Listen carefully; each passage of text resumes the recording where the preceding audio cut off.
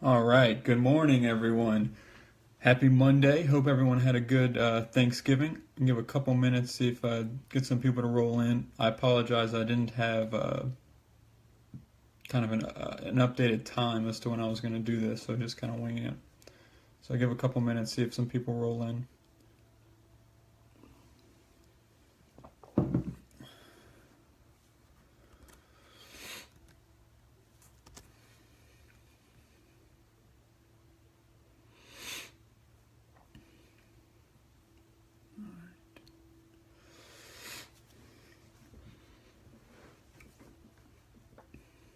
Okay. So I'll go ahead and get started. Looks like I got a couple people in. So I'm Patrick Brenner, and as part of Monday, I'm a part of the APHPT team. So today I'm going to be talking about knowing your nutritional resources. So whether or not, as a healthcare provider, you're comfortable talking with your patients, whether it's just educating on nutrition or providing some type of behavioral counseling to make a change in that eating pattern, you should, as I said before in a previous daily show, is you should be screening regardless. But in addition to that, you should be providing some tools for success. So I've kind of got some notes here to make sure I don't miss anything. So I apologize if I'm looking down and reading. So I'm going to start out with some nutritional resources. So starting off, you got the USDA dietary guidelines, right? And those are put out by the USDA to the Department of Agriculture every 5 years, and it's based on the latest research. Now, within the nutritional field, there's some, experts who like the guidelines, and then there's some that don't. But regardless, for a patient or client, it's a good starting point. The My Plate I really like just because it's a nice visual representation of what your plate should look like.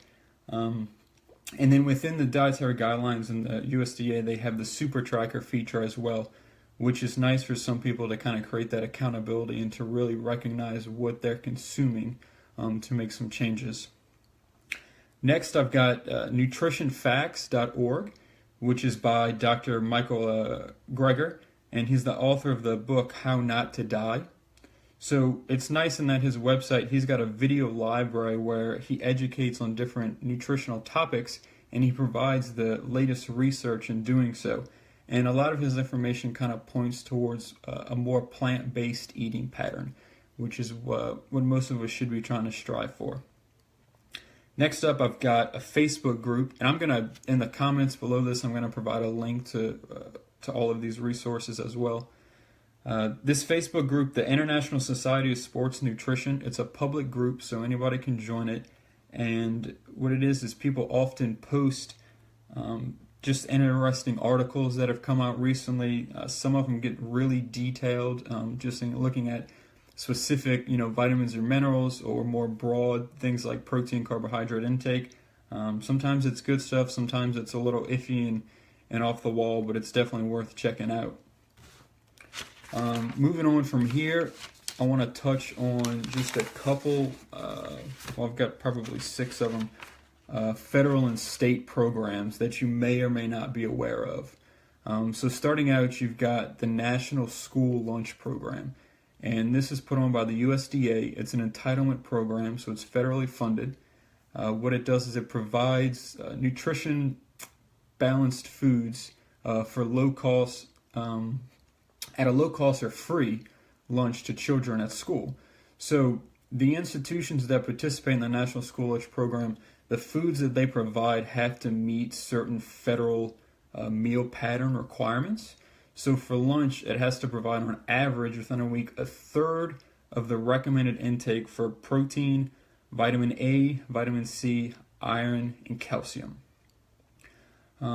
So to be eligible for these free meals, typically if the family or child is also a part of SNAP, the food stamp program, they'll be eligible for the school lunch program as well if they're part of Head Start, or if they've got the status of being homeless, a migrant, runaway, or a foster child. They'll be eligible for the National School Lunch Program as well.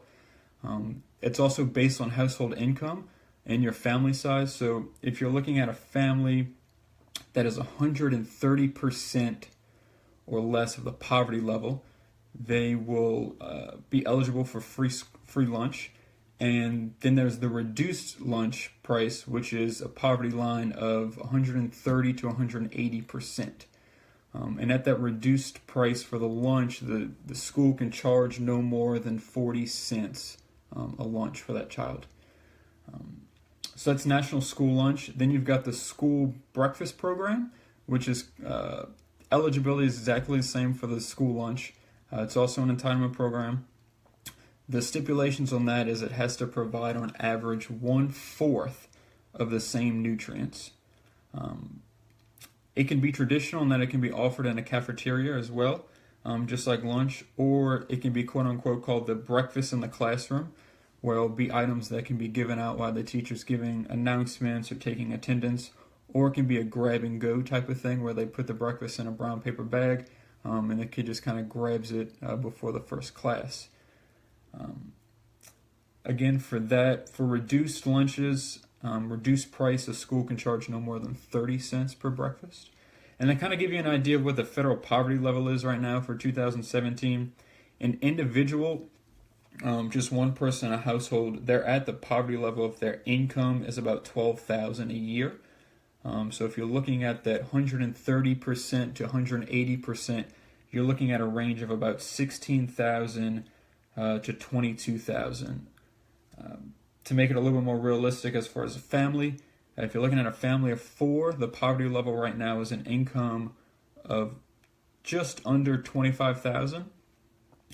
So looking at that 130% to 180% of poverty level, you're looking at about 32,000 to 44,000 income.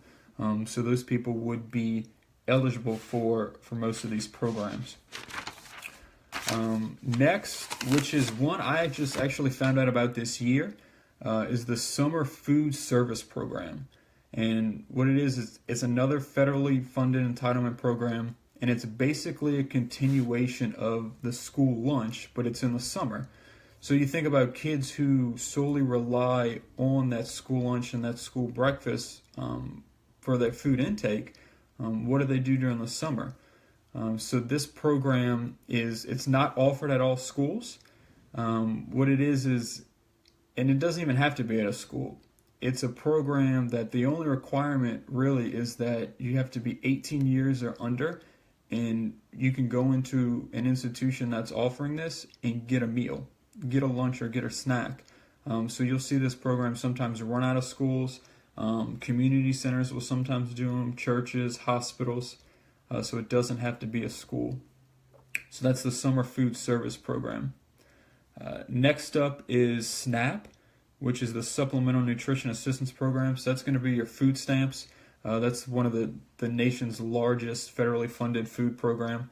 And it's another entitlement program, and it's geared towards those low-income families to make sure that they're getting the food that they need. There's a lot of math that goes into deciding the benefits that you get and the allotment that you get monthly.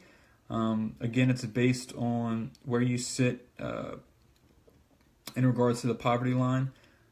It also depends on whether or not you have any members in your household that are disabled or elderly, being 60 years or older. That kind of makes a difference in the calculation.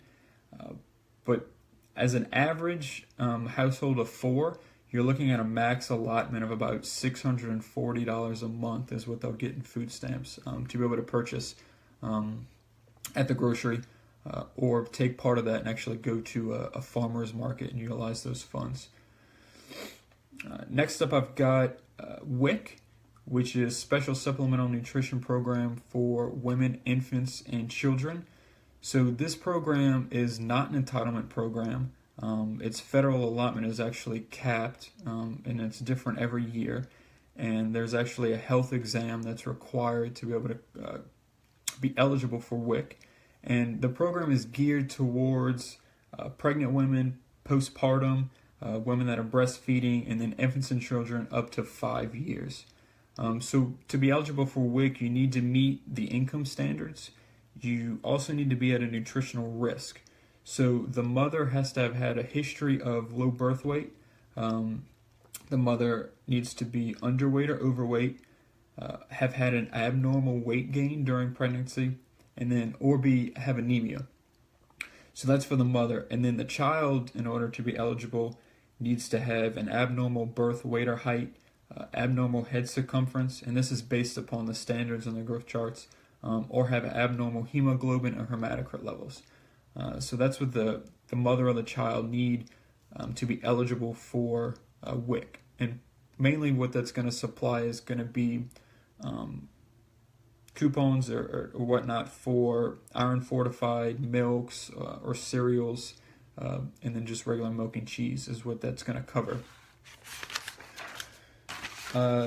Next up, you got Older Americans Act, nutrition programs, and what's going to be within that is going to be your congregate meal sites and then your home delivered meals, which is going to be your Meals on Wheels.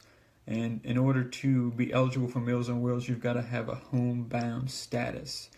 Now, what's interesting about this program, whether or not it be congregate or home delivered, is the only real eligibility requirement is that you have to be 60 years or older. And for the most part, it'll also include your spouse or caregiver as well.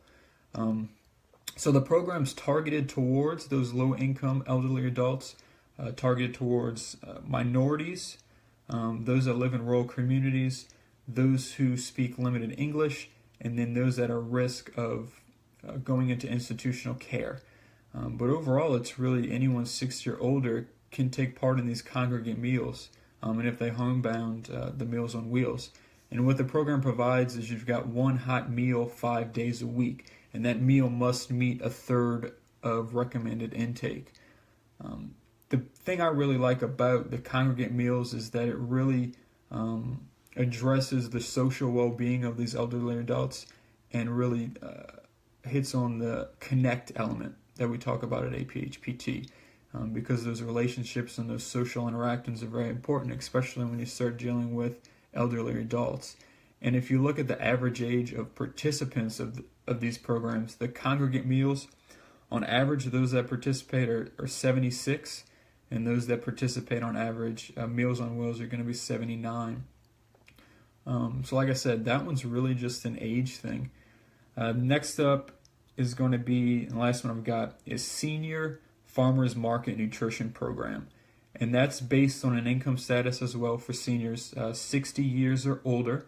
And they've got their intake as far as income needs to be no more than 185% of the poverty level.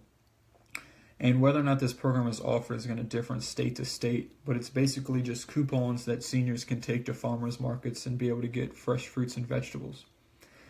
So that's the last one I got. So I'm gonna provide links to all these so you can check them out. Basically, the reason I kind of share this information is that you got to think, if you've got a patient or a client that you're dealing with, and they may, have poor access to food, or they live in a food desert, that it's important as a healthcare provider to know of these programs, know that they exist, because it may not be that individual isn't eating healthy. It may just be that they're not eating at all, because they don't have access to food. So knowing that these programs exist, knowing the eligibility requirements, and you'll be able to share that with your patient or client is going to be really helpful to make sure that they get the food that they need. So hope you enjoyed this, hope it was beneficial, and as always, have a great week, and let me know if you have any questions. Thanks.